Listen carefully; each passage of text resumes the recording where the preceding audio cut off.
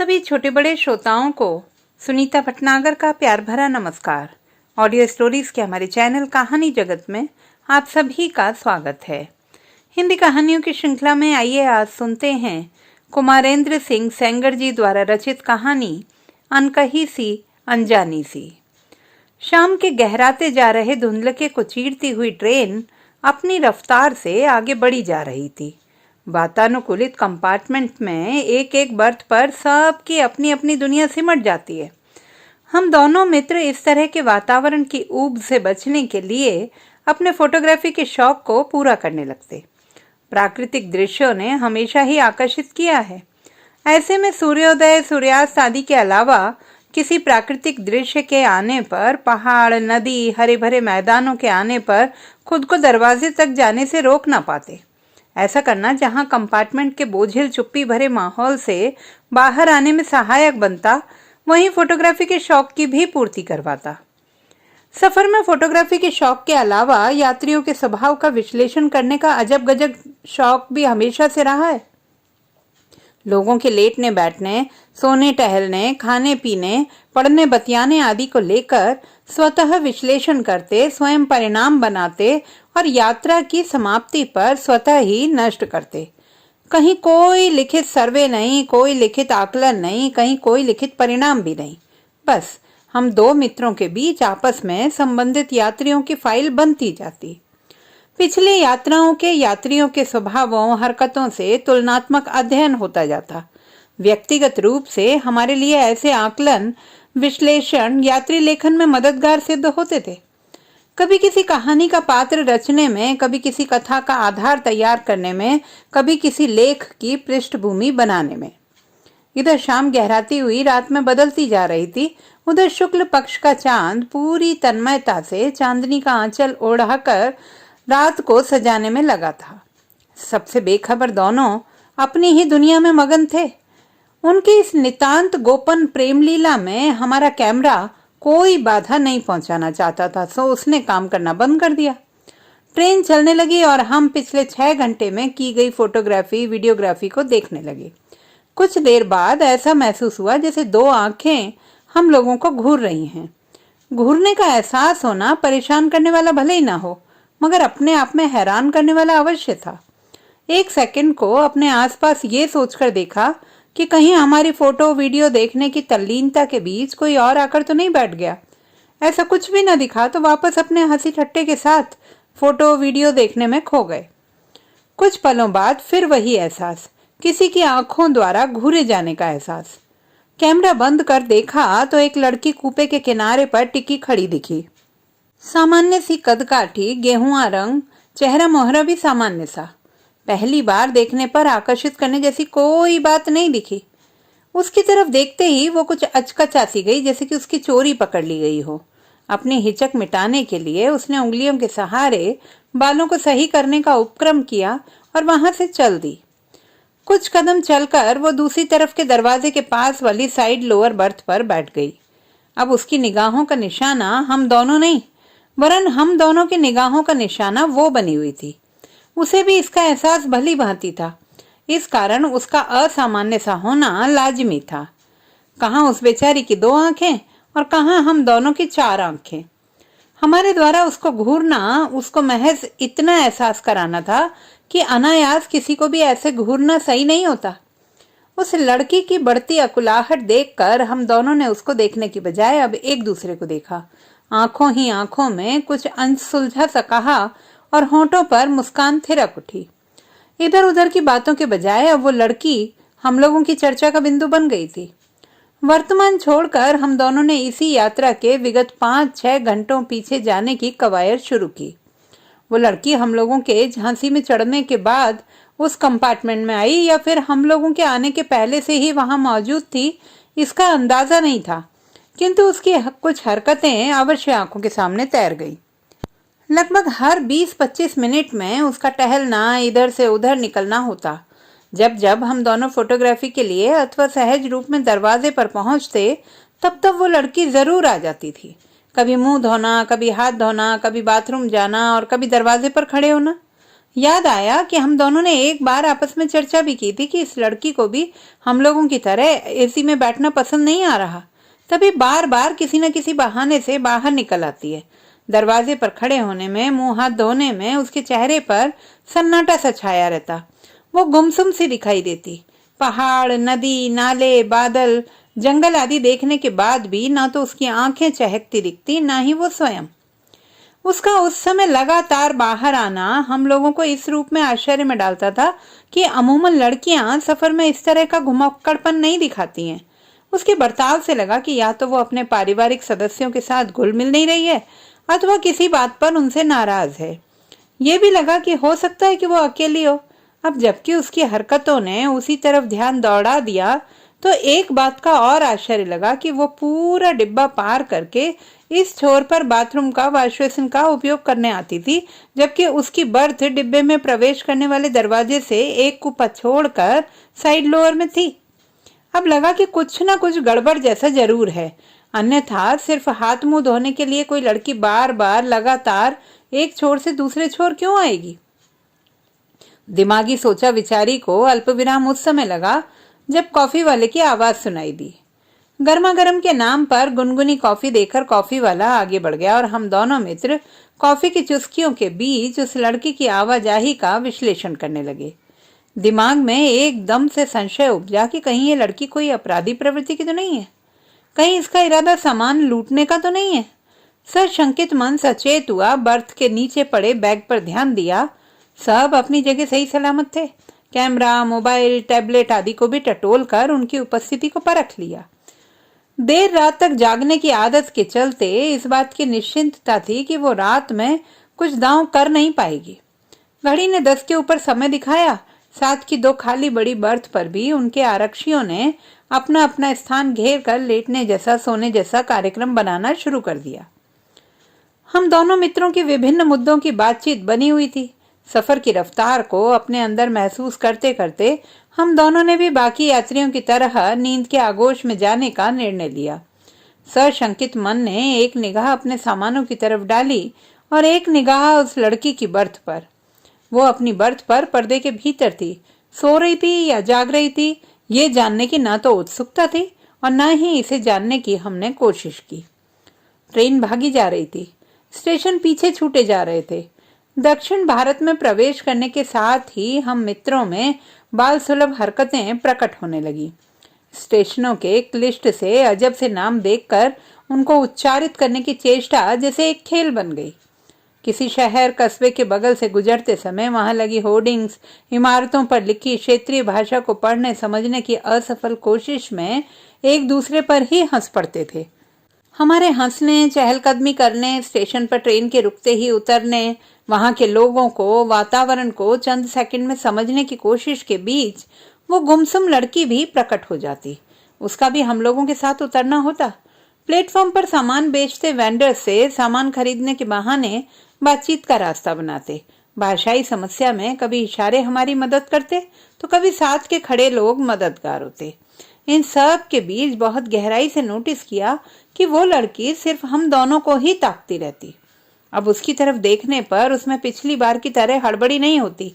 सामान सुरक्षित देखकर, कंपार्टमेंट में उसकी उपस्थिति देखकर, किसी तरह की चोरी की कोई घटना न देखकर उसके प्रति छाए संदेह के बादल तो दूर हो गए थे, मगर वो लड़की अभी भी रहस्यमयी बनी हुई थी।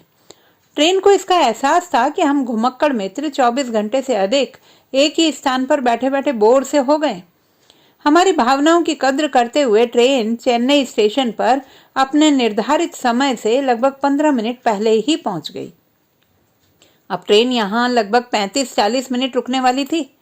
सामानों की सुरक्षा दोनों सहयात्रियों को सौंपकर हम दोनों प्लेटफॉर्म पर कूद पड़े। साफ सुथरा प्लेटफॉर्म, चमकते काले पत्थर की बेंचें, चाक चौबंद सुरक्षा व्यवस्था देखकर मन प्रफुल्लित हुआ।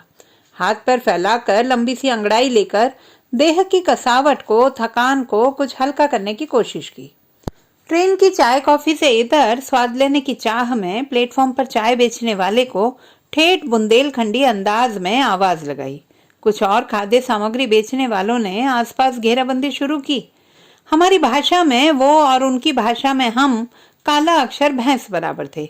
इशारों ही इशारों में बात तय हुई, पैसे तय हुए और चाय, खाने पीने का अन्य सामानों का आदान प्रदान हुआ। इस बीच वो लड़की कब एकदम आकर करीब खड़ी हो गई पता ही नहीं चला। उसके हाव भाव से लगा जैसे वो बात करना चाह रही है। उसकी तरफ देखकर चाय का कप दिखाकर पूछा, टी? उसने अपना सिर हाँ में हिलाया। चाय की चुस्की में बातचीत का सिलसिला आगे बढ़ाने की सोचते उससे पहले ही वो चाय का कप लेकर जिस तेजी से आई थी उसी तेजी से चलकर अपनी जगह पर खड़ी हो गई। उस लड़की की हरकतें, उसकी गतिविधियां नजर में आने के बाद इतना तो निश्चित हो गया था कि वो अकेली सफर कर रही है। स्टेशन पर ट्रेन के रुकते ही उसको भी उतरना होता, मगर उसको किसी से बात करते नहीं देखा। चेहरे पर सदैव एक समान भाव, न हंसी, न मुस्कुराहट, न कोई दूसरा भाव। उसके रहस्यमय स्वभाव के बीच इस बार चाय लेकर बिना कुछ कहे चले जाना न केवल अचंभित कर गया, वरन कुछ बुरा सा भी महसूस करा गया। बहरहाल ट्रेन के संकेत करते ही हम वापस अपनी सीट पर जम गए। मन प्रफुल्लित था, सोच सोचकर कि चंद घंटों बाद हम उस धरती पर उतरेंगे जहां बरसों बरस पहले एक युवा सन्यासी ने अपने कदमों को रखा था। तीन सागरों के संगम स्थल पर नितांत अकेले रहकर 3 दिन 3 रात अपनी मौन साधना से समुद्रों के शोर गहराई को आत्मसात कर संपूर्ण विश्व को वेदांत दर्शन दिया था। स्वामी विवेकानंद की साधना के बारे में किंचित स्मरण ने दिल दिमाग को झंकृत कर अजब स्फूर्ति से भर दिया। अब चारों तरफ बस कन्याकुमारी, विवेकानंद रॉक मेमोरियल, 3 सागरों का संगम, ऊंची ऊंची उछाल मारती लहरों का आभास होने लगा था। सम्मोहन की स्थिति उस समय टूटी जब लोगों के उतरने, सामान खींचने का शोर आसपास गूंजने लगा। कन्याकुमारी स्टेशन पर उतरने से पहले ही, आप फोटोग्राफी बहुत सुंदर करते हैं, का स्वर उस लड़की का सुनाई दिया। पहली बार उसके कुछ बोलने के अचंभे से ज्यादा हमारी स्थिति ठिठकने की थी। इसने कब, कैसे, कहां फोटो देख ली? शायद फोटो खींचने के अंदाज से अपनी राय दी हो। इससे पहले कि कुछ पूछ पाते, वो अपना एक छोटा सा बैग कंधे पर लटकाए प्लेटफॉर्म की उस भीड़ में खो गई जो कन्याकुमारी लिखे पत्थर के सामने खड़े होकर फोटो सेल्फी लेने में व्यस्त थी। पावन भूमि को और उस व्यक्ति की विराटता को नमन कर स्टेशन पर उतरे। ठंडी हवा ने, प्लेटफॉर्म पर लगे हरे भरे पेड़ों ने, कलरव करते पंछियों ने तन बदन में ताजगी भर दी। लग नहीं रहा था कि 2 दिन से लगातार सफर में थे, एक वातानुकूलित डिब्बे में कैद थे। कमरे पर पहुंचकर सामान टिकाया, नित्य क्रियाओं से फारिग होकर जल्दी जल्दी उस पावन भूमि को छूने की तत्परता दिखाई जिसके लिए यहाँ तक आना हुआ था। 3 दिन कब उस शिला की पावनता के बीच, विवेकानंद की आदमकद प्रतिमा के दर्शन में, ध्यान कक्ष की अपार शांति में लीन होने में, 3 सागरों की लहरों के उछाल मारने की होड़ निर्धारित करने में, दिवाकर के अपनी भव्यता से निकलने और पूर्ण सौम्यता से अस्ताचल में गमन करने के सम्मोहन में खोने में निकल गए, पता ही नहीं चला। इन दिनों में न तो वो रहस्यमयी स्वभाव वाली लड़की याद आई और न ही वो कन्याकुमारी में कहीं घूमते दिखी। मोबाइल के तेज अलार्म ने नींद में खलल पैदा किया। अनमने ढंग से मोबाइल उठाकर उसी आवाज को बंद किया और उठने के प्रयास में मुंह से आह निकल पड़ी। पैर की चोट अपने रौद्र रूप में भले नहीं थी, मगर पैर की सूजन अपने चरम पर थी। मित्र ने हाथों के इशारे से लेटे रहने का संकेत किया। पैर को हल्के हाथों से मालिश करना शुरू किया। पूरी हिम्मत लगा देने के बाद इतनी हिम्मत नहीं कर सके कि उठकर चल सकते। जब दोस्त को ये तसल्ली हो गई कि ऐसी कोई और समस्या नहीं है कि अकेले छोड़ना दिक्कत ना हो, तो वो सुबह की सैर और उद्याचल की स्थिति देखने निकल गया। दरवाजा बाहर से बंद करने को कहकर हम भी आराम से चादर तान कर लेट गए। लगभग आधा घंटे बाद ही दरवाजे पर आहट हुई। उन्नीदी स्थिति में समझ नहीं आया कि हमारा दोस्त जल्दी वापस कैसे आ गया है, अथवा हम ही लंबी नींद ले गए। दरवाजा खुलने जैसी आवाज होने पर लेटे लेटे ही हमने सवाल दागा, जल्दी लौट आए या हम ही देर तक सोते रहे? उधर से कोई जवाब नहीं मिला। दरवाजा खुलने और फिर बंद होने की आहट हुई। फिर से वही सवाल तैरा कर हम जवाब की प्रतीक्षा करने लगे। इस बार भी जवाब कोई नहीं मिला, मगर साथ वाले पलंग पर किसी के बैठने का एहसास हुआ। चादर एक तरफ फेंक कर अध बैठे होकर जो ही उस तरफ मुंह घुमाया, हमारी चीख निकल गई। पलंग पर वही रहस्यमयी स्वभाव वाली लड़की इत्मीनान से बैठी मुस्कुरा रही थी। नींद, आलस, पैर का दर्द, गुस्सा, परेशानी एकदम गायब। इन सबके स्थान पर कई सारे सवाल उग आए जो पूरी ताकत से उस लड़की की तरफ उछाल दिए। आप परेशान ना होइए, पिछले 3 दिन से आप हमारी नजर में थे, बस आपसे मिलने का मौका नहीं लग पा रहा था। मैं भी इसी जगह ऊपर वाले एक रूम में टिकी हुई हूँ। अभी नीचे उतरते समय आपका दरवाजा खुला देखा तो सोचा कि आप लोगों से मुलाकात कर लूं। उस लड़की ने बिना किसी लाग लपेट के सीधे सपाट शब्दों में बताया। मैं मुंह खोले अवाक उसे निहार रहा था। ट्रेन की तरह अब उसके चेहरे पर वो खामोशी नहीं थी। आंखों में काजल युक्त चंचलता, होंठों पर सुर्ख रहस्यमयी मुस्कान, गालों पर स्वर्गिक लालिमा स्पष्ट दिख रही है। इसे भोर में भी श्रृंगार करने की फुर्सत है, सोचकर कुछ कहते उससे पहले ही वो आग्रह सा करती हुई खड़ी हो गई। चलिए सनराइज देखने चलते हैं। उसकी आवाज में खनक थी, हाव भाव में प्रफुल्लता। हमने बिना कुछ कहे अपना सूजन भरा पैर उसके सामने कर दिया। मुझे मालूम है, कल शाम आप व्यू टावर के पास फिसल गए थे पत्थरों पर। आंखें आश्चर्य से फैल गईं कि इसे कैसे पता कि हमारे साथ कल शाम ऐसा हुआ और कहाँ हुआ। ट्रेन यात्रियों के व्यवहार के विश्लेषण में भटकती आत्मा के नाम से चिन्हित ये लड़की वाकई कोई आत्मा तो नहीं है। भूत प्रेत, आत्मा, परमात्मा आदि पर बिना सार्थक सबूत विश्वास न करने के कारण भय तो नहीं लगा, किंतु एक अनजाना सा डर अवश्य उपजा। वही डर जो ट्रेन में उपजा था उस लड़की के आपराधिक चरित्र के होने को लेकर। कहीं ऐसा ना हो कि इसके साथी आसपास छिपे हों और मौका पाकर हम पर हमला कर दें। सनराइज देखने के बहाने लूटपाट करने का इरादा तो नहीं इसका। अपने आप को संयमित कर पैर की चोट का हवाला देते हुए उसके साथ जाने से मना किया। तभी उस लड़की ने अपना पर्स खोलकर एक शीशी निकालकर अपनी हथेली में 2-4 बूंदें डाली और बिना कुछ कहे चोट की जगह मालिश करनी शुरू कर दी। बर्फ जैसी ठंडक से चौंकना लाजिमी था।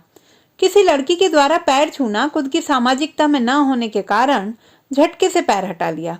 घबराइए नहीं, परेशानी में सारे रीति रिवाज, संस्कृति, सामाजिकता को नजरअंदाज कर देना चाहिए।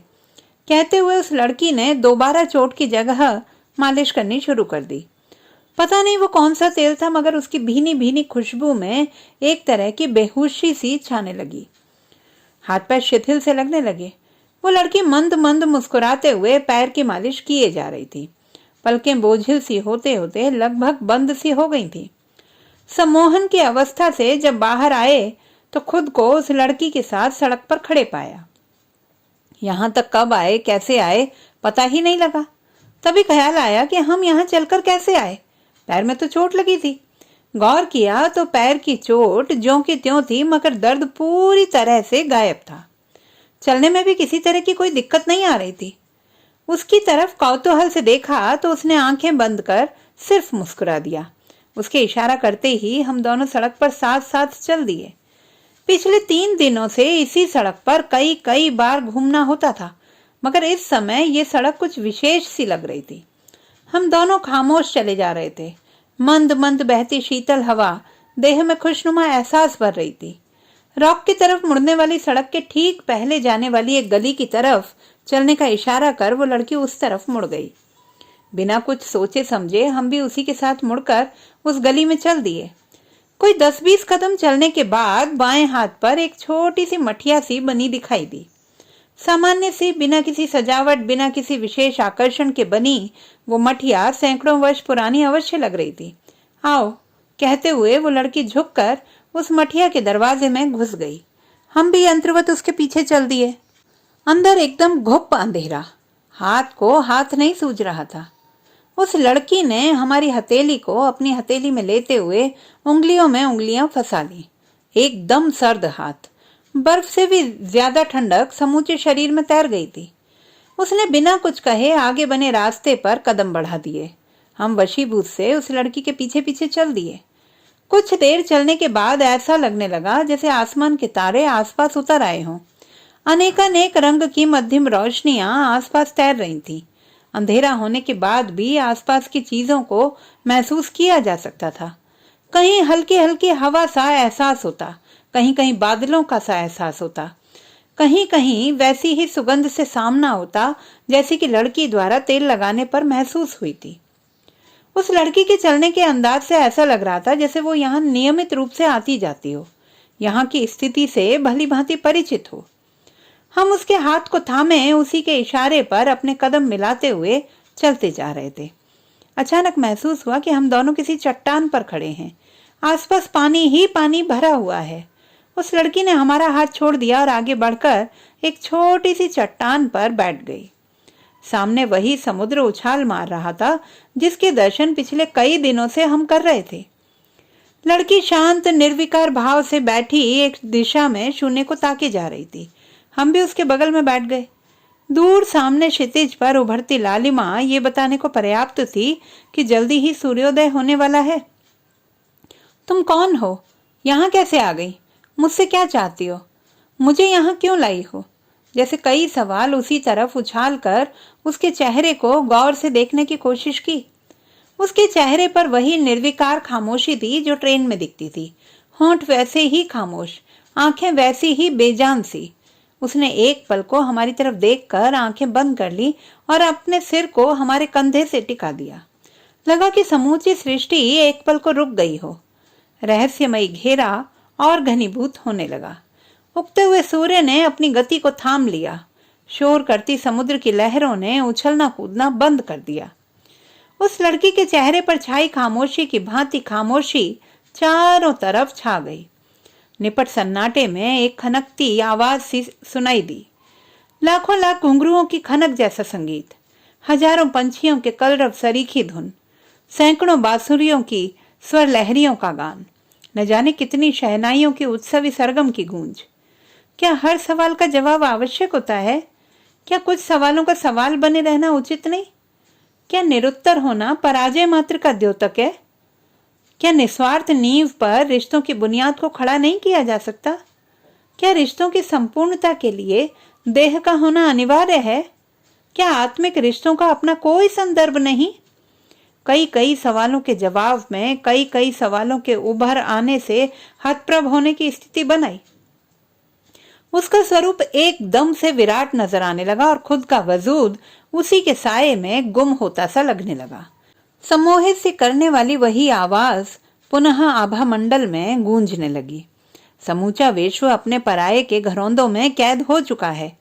ईश्वर, प्रकृति, नश्वरता, आस्तिकता, दर्शन, आत्मा, जीव, जगत, धर्म, संस्कृति, विचार, संबंध, रिश्ते, मर्यादा आदि को तिरोहित कर हम सब स्व में समाहित हो चुके हैं।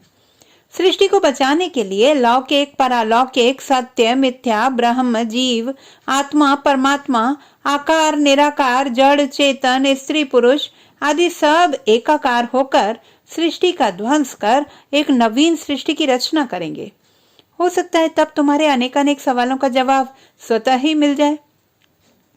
कंधे से उसने अपना सिर हटाकर आंखों में आंखें डाल दी। आंसुओं से गीली उसकी बेजान आंखों में चंचलता दिखाई दी। निर्विकार चेहरे पर रौनक उतर आई। खामोश होंठ लरज उठे। अनामिका नाम है मेरा। चेन्नई में एक मीडिया ग्रुप में काम करती हूँ, कहकर उसने एक कड़ा अपने पर्स से निकालकर यह हमारी दोस्ती की निशानी कहकर हमारी कलाई में पहना दिया। उसकी चपलता देखकर प्रकृति भी अपनी जड़ता तोड़ने को व्याकुल हो गई। समुद्र की लहरों का शोर तीव्रता पकड़ने लगा। सूर्य रश्मियां पूर्ण आभा के साथ बिखरने लगी। लेकिन हम तो कुछ ला ही नहीं पाए तुम्हारे लिए। अपनी असमर्थता जताई तो उसने अपने दोनों हाथों में हमारी हथेलियों को पूरी ताकत से कैद कर लिया। तुमने बहुत कुछ दे दिया आज हमें, कहकर वो एक झटके में खड़ी हो गई। भोर का अंधेरा पूरी तरह से मिट चुका था। आश्चर्य हुआ कि जिस छोटी चट्टान पर हम दोनों बैठे कई घंटे बिता चुके थे, उसके ठीक पीछे विवेकानंद रॉक मेमोरियल पूरी शान से चमक दमक रहा था। हम दोनों भी उसी की आभा में जगमगा रहे थे। एक कदम आगे बढ़कर उसने अपने होंठों को हमारे होंठों से लगा दिया। समुद्र की लहरों ने पूरी तीव्रता से उछाल भरना शुरू कर दिया। तुम मुझे कभी न छोड़ना, चिल्लाती हुई वो लड़की पूरी ताकत से हमसे लिपट गई। सागरों की उछलती कूदती शोर करती लहरों ने समूची शिलाखंड को अपने में समाहित कर लिया। सब कुछ बस पानी ही पानी हो गया। न आसमान नजर आ रहा था, न सूर्य, न ही सूर्य की किरणें। रॉक मेमोरियल भी पिघलकर समुद्र में मिल चुका था। हम दोनों एक दूसरे को आलिंगनबद्ध किए खुद में चट्टान बन गए थे, एक प्रतिमा नजर आ रहे थे। एक जगह स्थिर, एक जगह शांत, एक जगह खामोश, बस भीगती भीगती और बस भीगती। हड़बड़ाकर आंखें खुल गईं। पूरी देह पसीना पसीना, गला सूखता सा, समूची देह भयंकर बुखार में तपती सी लगी। हम कहीं समुद्र में नहीं, किसी चट्टान पर नहीं, अपने होटल के कमरे में थे। पलंग से उतरकर फ्रिज में रखी पानी की बोतल निकालकर एक सांस में पूरी गटक ली। पानी गले के नीचे उतरते ही जैसे तंद्रा लौटी। ये क्या, हम तो खड़े हो गए, कोई दर्द नहीं पैर में। पलंग पर बैठकर देखा तो चोट ज्यों की त्यों मौजूद थी, पैर में सूजन भी ज्यों की त्यों थी, मगर दर्द बिल्कुल नहीं।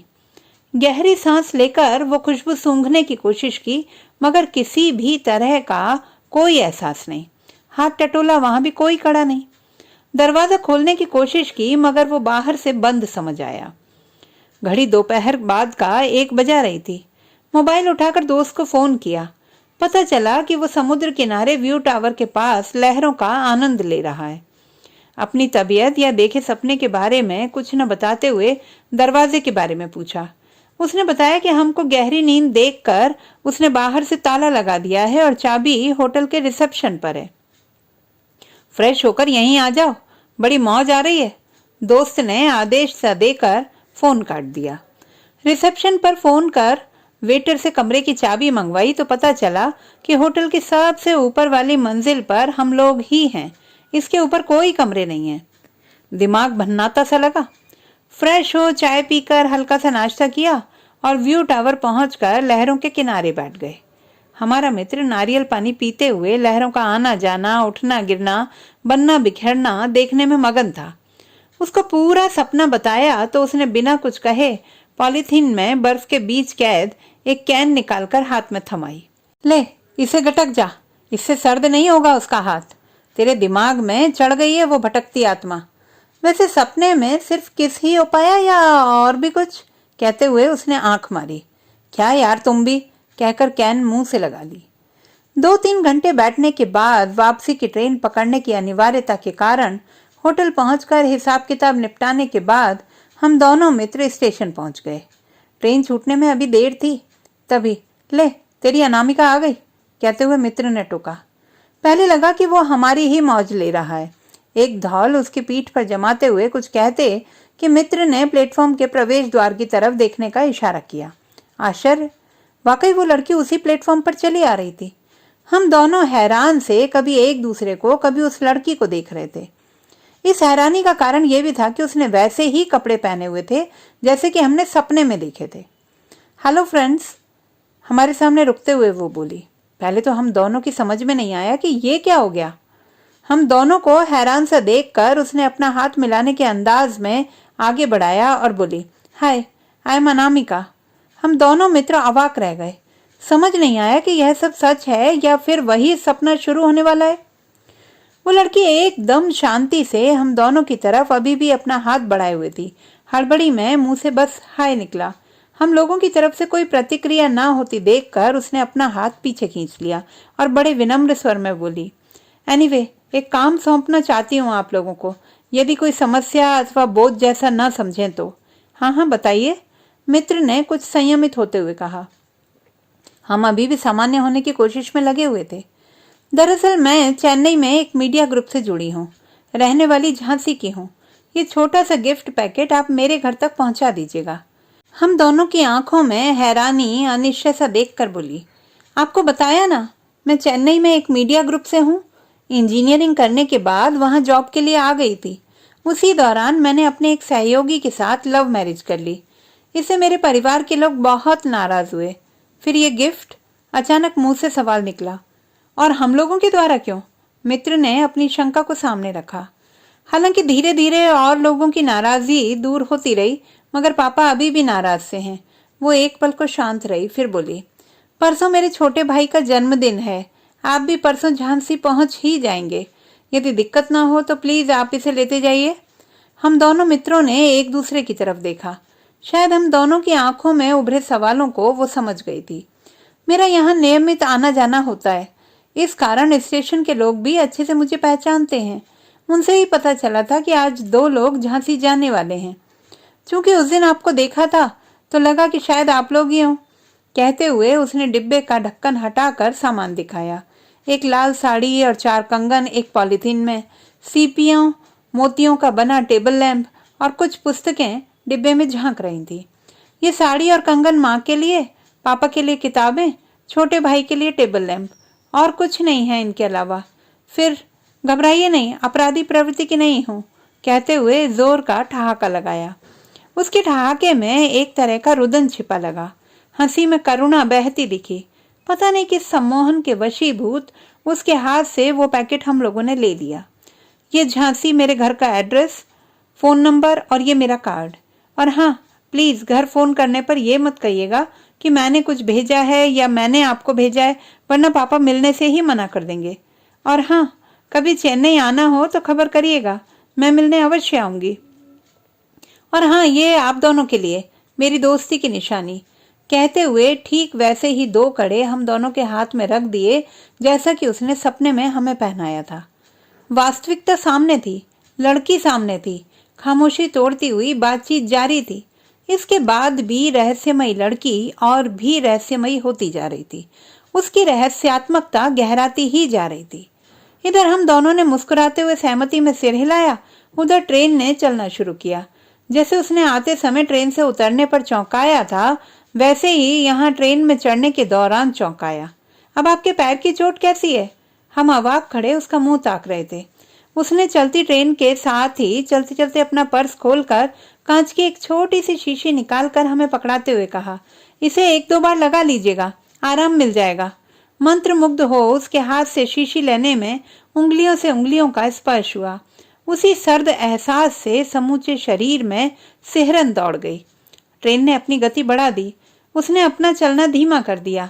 हम दोनों डिब्बे के दरवाजे पर खड़े और वो प्लेटफॉर्म पर खड़े हाथ तब तक हिलाते रहे जब तक कि हमारी नजरों में वो काला बिंदु बनकर ओझल नहीं हो गई। हम दोनों का दिमाग सुन्न था। नाम वही जो सपने में था, काम वही जो सपने में। ड्रेस, कड़ा, शीशी, उसमें भरे तेल की सुगंध तक वही थी जो सपने में थी। आखिर वो लड़की थी कौन? क्या वाकई में कोई आत्मा थी? झांसी पहुंचने तक कई बार उसके द्वारा दिए गए गिफ्ट के डिब्बे को देखा। सारा सामान ज्यों का त्यों। कई बार उस शीशी को देखा, वो भी मौजूद और उसमें भरा तेल भी उसी सौगंध के साथ मौजूद। जाने कितनी बार कड़े को पहना और उतारा, मगर उसकी वास्तविकता में संदेह नहीं। उस लड़की द्वारा दिए गए झांसी के पते को जांचने के लिए दिए गए मोबाइल नंबर पर संपर्क किया, वो भी सही निकला। संबंधित व्यक्ति भी सही निकला। इसके बाद भी रहस्य की चादर ज्यों की त्यों थी, क्योंकि उस लड़की के खुद के कार्ड पर दिए गए 2 मोबाइल नंबरों में से किसी पर भी घंटी नहीं जा रही थी। लौटती यात्रा रहस्य की खोज करने जैसी हो गई। न खाने का होश, न पीने की सुध रही। कब स्टेशन निकलते रहे, कब रात हो जाती, कब दिन आ जाता, पता ही नहीं चला। 2 दिन की यात्रा के बाद दोपहर झांसी उतरे। गिफ्ट का डिब्बा हमारे हाथ में था। ऊहा-पोह की स्थिति दिमाग में थी। पैर रुकते रुकते चलने की और चलते चलते रुकने की स्थिति में आ जाते। समझ नहीं आ रहा था कि क्या किया जाए। चाय पीते हुए निर्णय लिया कि यदि लड़की की रहस्यात्मकता को दूर करना है तो एक बार उसके दिए गए पते पर जाना ही चाहिए। अपने सामान को एक मित्र के घर रखकर उसकी बाइक उठाकर संबंधित पते पर जा पहुंचे। अपना ही क्षेत्र होने के कारण झांसी में वो घर खोजने में बहुत ज्यादा दिक्कत नहीं हुई। जो थोड़ी बहुत समस्या आई वो दिए गए फोन नंबर के द्वारा जानकारी से दूर हो गई। बड़ा सा मकान, सामने लॉन नुमा खुला स्थान, बाउंड्री वॉल के सहारे खड़े पेड़, जगह जगह चढ़ी लताएं। बाइक खड़ी कर छोटे से लोहे के गेट को खोलकर अंदर घुसे। बरामदे से लगा दरवाजा खटखटाने पर एक बुजुर्ग सज्जन बाहर आए। उनकी उम्र कोई 65-70 वर्ष के आसपास रही होगी। उन्होंने मुस्कुराकर आत्मीय भाव से हम दोनों के अभिवादन का जवाब दिया और अंदर आने का इशारा किया। बेहद सलीके से सजा हॉल घर वालों की रुचि को स्पष्ट कर रहा था। बड़े बड़े सोफे, शानदार पेंटिंग्स, दीवार के किनारे से लगे शोकेस, उनमें सजे पदक, मेडल, ट्रॉफी आदि सदस्यों के प्रतिभावान होने की कहानी कह रहे थे। आपकी बेटी अनामिका ने भेजा है, कन्याकुमारी में मिली थी हमें, कहते हुए गिफ्ट पैकेट उन बुजुर्ग सज्जन को थमाया। एकाएक उनके चेहरे की भावभंगिमा बदल गई, हाथों में कंपन स्पष्ट दिखने लगा। उन्होंने अंदर की तरफ मुंह करके आवाज लगाई तो चंद सेकंड में एक बुजुर्ग सौम्य महिला ने हॉल में प्रवेश किया। अन्नू ने भिजवाया है, पैकेट उनके हाथों में देते हुए बुजुर्ग सज्जन का गला भर्रा आया। दोनों बुजुर्ग जन पनीली आंखों से हम दोनों की तरफ देखने लगे। टकटकी लगाकर देखने के बाद उन दोनों की निगाहों के साथ साथ हम दोनों की निगाहें भी बगल वाली दीवार के कोने पर पड़ी। हम दोनों हतप्रभ चौंक उठे। उस लड़की की माला चढ़ी बड़ी सी फोटो एक स्टूल पर टिकी थी। अपनी आंखों को पोंछते हुए उन्होंने हमसे बैठने को कहा। कहने सुनने की स्थिति से इतर हम दोनों यंत्रवत सोफे पर बैठ गए। बुजुर्ग महिला ने उस पैकेट को लेकर कांपते हाथों से खोला। सामान देखकर वो फूट फूट कर रो पड़ी। सांत्वना देने के लिए उठे बुजुर्ग सज्जन की आंखें भी बहने लगी। हम दोनों असमंजस की स्थिति में बस बैठे हुए दो बुजुर्गों का रोना देखने के लिए विवश थे। उनसे विदा लेते समय मन बहुत भारी था। रहस्यात्मकता तोड़ने की कोशिश में उस लड़की की सत्यता तो पता चल गई, मगर एक दूसरा रहस्य निर्मित हो गया। लड़की अनामिका ही थी। चेन्नई में किसी मीडिया ग्रुप में इंजीनियर थी। अपने किसी साथी के संग प्रेम विवाह भी किया था। घर वाले नाराज भी थे क्योंकि लड़का सजातीय नहीं था। ये सत्यता तो अनामिका ने खुद बताई थी, मगर इसके बाद की सत्यता पर उसने जो पर्दा डाल रखा था वो उसके माता पिता ने हटाया। अनामिका की असलियत जानने के बाद हम दोनों के अचंभित होने की कोई सीमा नहीं रही। हम झांसी की सड़कों पर निरुद्देश्य बाइक दौड़ाने में लगे थे। वापस घर लौटना चाहते, मगर घर जाने का मन ही नहीं करता। कभी किसी पार्क के सामने रोकते, कभी पहाड़ी पर चढ़ जाते, कभी किले की ऊंचाई से सारे शहर को नापते, किंतु विक्षिप्तता की स्थिति बढ़ती ही लगती। लग रहा था कि जैसे वो हमारे आसपास ही है। ऐसा लगता जैसे दिमाग की नसें अभी फट जाएंगी। ये समझ आया कि 2 वर्ष पूर्व अपने साथी द्वारा धोखा दिए जाने के बाद उसमें हताशा निराशा भर गई होगी। नाराज परिजनों के सामने आने से बचने के लिए उसे सबसे आसान उपाय अपनी जान गंवा देना लगा होगा। उसके द्वारा घर वालों के लिए खरीदे गए सामान को उसकी मौत के बाद भी उसके पिता द्वारा आक्रोश गुस्से में समुद्र में फेंक दिया जाना भी समझ में आ रहा था। इसके बाद भी ये समझ नहीं आ रहा था कि आखिर उसी सामान को अपने परिजनों तक पहुंचाने के लिए उसने हम दोनों को ही क्यों चुना। उसके द्वारा रिश्तों, संबंधों, आत्मा परमात्मा के दर्शन को बताने का मकसद क्या था। तुम मुझे कभी न छोड़ना कहकर पूरी ताकत से हमसे लिपटने में उसका क्या संदेश छिपा था।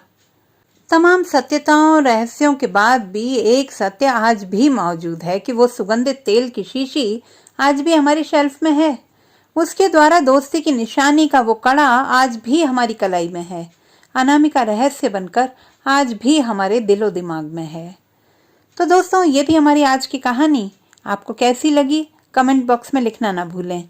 चैनल को सब्सक्राइब करें, लाइक करें और मित्रों के साथ शेयर करें।